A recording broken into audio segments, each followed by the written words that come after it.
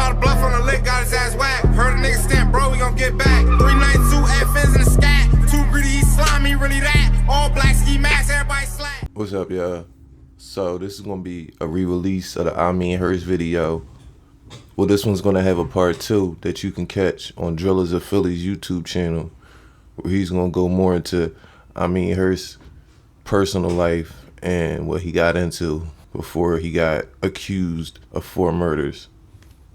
Old school, red brick, syndicate, count my money in test. I live on the edge, I seen an eye for fear. This ain't wrestling, you not getting spared. Moving on ice, I feel like I'm serious. Red, niggas fear, I'm on the tear. All the options do is stare. You trying to get on, I'm already here. You trying to get on, bro.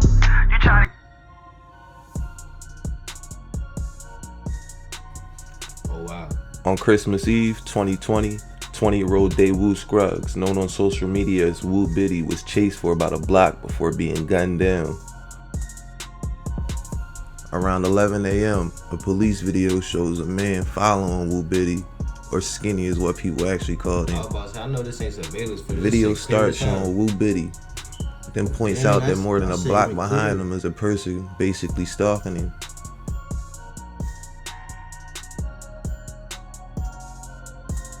It appears at one point he calls his name because you could see Woo Biddy turn around. He holds him down.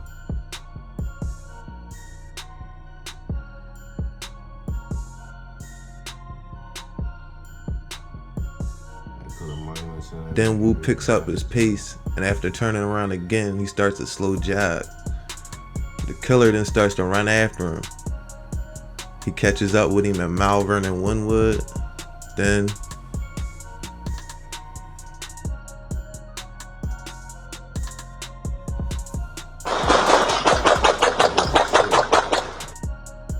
Woo Biddy was an aspiring Philadelphia comedian who liked to talk shit, big, and make people laugh, and generally just seemed like a young man trying to find his way. He also had a habit of getting into little spats and arguments on Instagram with other comedians and people from the city, but mostly he seemed harmless. Swear he was solid, but really ain't shit. Niggas bullying her when he start telling them he a snitch. Then I'm acing out to telling him trying. Hey, Uptown, show up. Your man double. But acing out to telling him trying to fall like that. I don't know if y'all seen my live video before, but I told y'all niggas, bro. When niggas get perky activated, niggas always don't go live. Like, that's the first thing these niggas do. He always trying to promote violence. He trying to beat me. He trying to get ops on my live. Right he on the live like this. First of all, if I was coming for you, where everybody see me? Social media went crazy, posting videos that exaggerated the situation, mostly with people from other cities, clickbaiting titles for views. Shout out to End of Sentence and 1090 Jake for putting some thought into the situation, at least from an out-of-town perspective. Nobody called me, nobody hit me up. It's 63rd, Tuka, Duck, fuck all them. You already know, full block shit. You know, long little grandson, V-Roy and T-Roy. And can't forget Hack. First quarter, I looked at this in an entirely different way than what was being portrayed by people online trying to pull views and attention. Skinny had posts on his Instagram and was obviously a fan of Chicago music, but I've never heard of gangs in Philly, and I doubted he had any ties to the BDGD war in Chicago. Not only that, but Skinny was from Frankfurt, a neighborhood in Northeast Philly where he graduated high school and played football. Before he even posted the Chicago shit, he said, "These West dudes wanna be my ops. Man, I only deal with Frankfurt shit. It don't involve me if it ain't Frankfurt." When we shoot, you ass nigga, you can't run when we shoot. I'ma smoke you. You can see the influence Chicago had. Oh shit. So obviously he has something going on in his own city and going on with West Philly, but still decided to walk through there. Not only that, he said that wasn't Seb. That nigga was like Seb G. Hold up. Yes, you can't run when we shoot. I'ma smoke you. Real shit. I thought this nigga was Seb G. something going on in his own like right here a little bit, it just looked like Seb G. and going on with West Philly, but still decided to walk through there. Not only that, he's saying fuck 63rd, which many are assuming he's talking about FBG Doug's block. But to me, it sounded as if he's subliminally dissing someone else, and it made sense when I peeped the map. Winewood Road sits between 64th and 63rd, and he got killed not even a block away from 63rd. And I might just be overthinking it, but to me, it looks like he was sneak dissing whoever from the west, decided to walk through 63rd, taking a side street, and was either recording a video on his ops block or pulled out his phone when he got ran down on, thinking recording the shooter was gonna save him from getting shot. When you add all that up, it doesn't sound like he was a random comedian that was killed. It sounds like he was in some shit or was acting like it and fell victim. 3 months later, on March 11th, 2021, 4 people were shot at around 3 p.m. on North 76th Street between Woodbine and Malvern Avenue. Naquan Smith, 24, was dead by 3:15. Tamir Brown, who was only 16, died later that evening. 2 additional people were in critical condition but have luckily survived. They were both 19 years old. I couldn't find much more info on this situation as of this recording. Anybody who's been to jail in Philadelphia knows this viewpoint. It's probably one of the worst feelings in the world, looking at this, sitting on that bus, waiting for that gate to open. Likewise, if you've ever been to jail in Philadelphia, this viewpoint is probably one of the best feelings in the world. After spending a day, a week, 2 months, up to 3 years sitting in that jail, this is probably one of the best feelings there is. Looking at this view, walking out that jail, you feel like you're on top of the world. Like he had experience. The final killing occurred on March 18th. Victim Rodney Hargrove, 20, was gunned down an hour after his father bailed him out of CFCF at 1 in the morning. Hargrove waited for his folks to pick him up at the bus stop near the jail, then ran back to the jail when a vehicle started chasing him. He was killed just feet from the raised gate of the complex. The Philadelphia Police Department said that they believe Hargrove was killed in the case of mistaken identity. I'm not so sure about that though.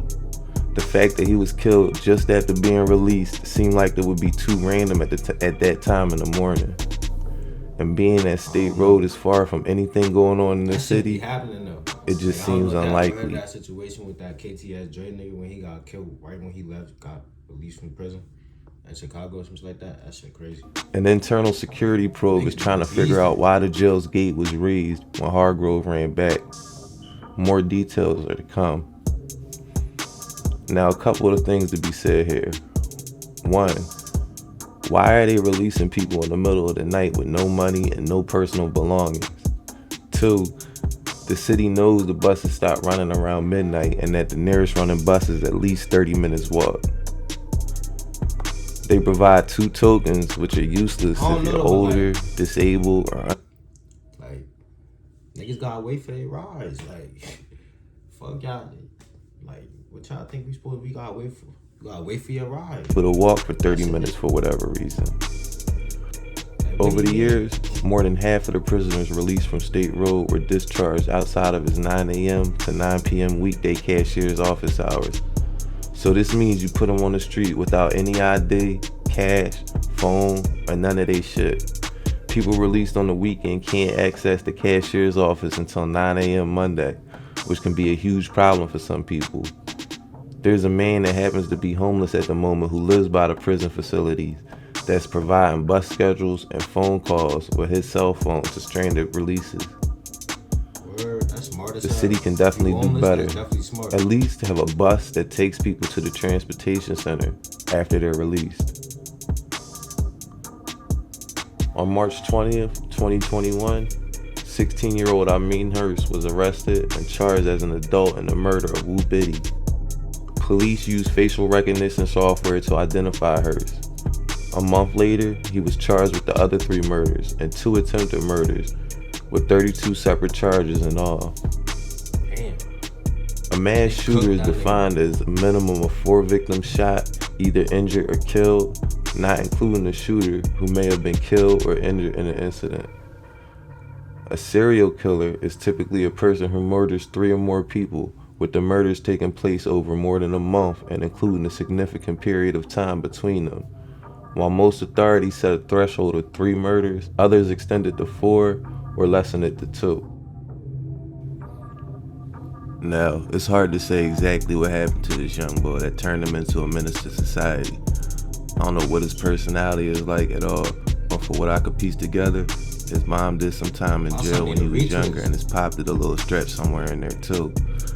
But going from a little boy with a big smile to a 16-year-old with a big gun, something went left somewhere. Yeah, nah, life There's really be videos crazy. of him Like, getting choked y'all at know, St. like, you Gabe's, know somebody a youth before they detention turn program. gangster, like the life before that, they really be good You gotta kids. be bad as shit to be sent there. So, Most folks of these in and niggas out of be jail, basketball players, getting football in players, fights and like, losing in front of people on some of camera, these niggas be gamers. growing up in poverty. That should be He crazy. probably had the worst influences the hood's got to offer in his ear, gassing him up because it's unlikely he did all this by himself. It was definitely somebody with him when he allegedly murdered Rodney Hargrove. Also, his father died earlier last year, which I know from firsthand experience can be soul crushing. I'm not trying to make him look good or for people to have sympathy for him, but just trying to figure out what the hell happened here. How he went from this to this. Ameen Hurst is innocent until proven guilty, and no trial date is set at the moment. Everybody innocent until proven guilty. That's in this video on my IG, DiorJew, my Snap, YBWJew1, my OnlyFans, free subscription at DiorJew. Make sure y'all niggas hit that like button, that sub button.